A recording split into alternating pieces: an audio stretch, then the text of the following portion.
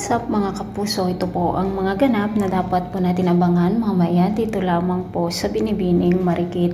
Humingi ng tawad si Pia dito kay Ikit sa kanyang nagawang mga kasalanan dahil sa pakikipagkampi niya dito kay Soraya. Ngunit sinampal ni Ikit si Sofia dahil sa kanyang galit at sinabi nga niya na hindi niya mapapatawad si Sofia mga kapuso. Samantala mga kapuso, hindi naman tumitigil sina Drew at Mateo upang makakuha ng ebidensya kung sino talaga ang pumatay dito sa kanilang ama na si William.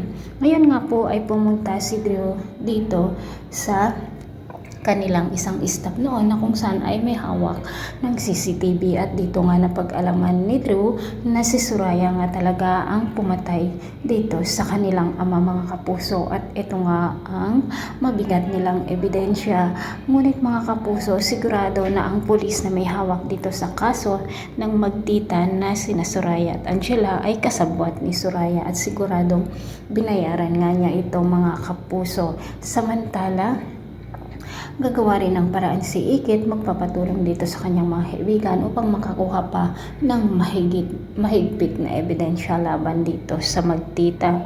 Ang mga kapuso, sa pagkakataong ito, siguradong gagawa na naman ng paraan si Soraya para sa ganun nga ay tumahimik itong si Pia at hindi matuloy ang kanyang balak na pagtulong dito kay Ikit.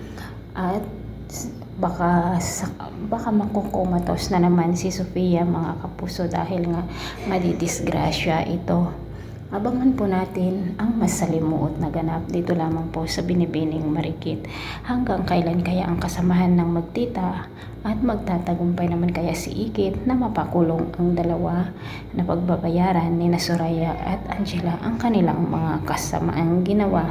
Thanks for watching. Bye-bye.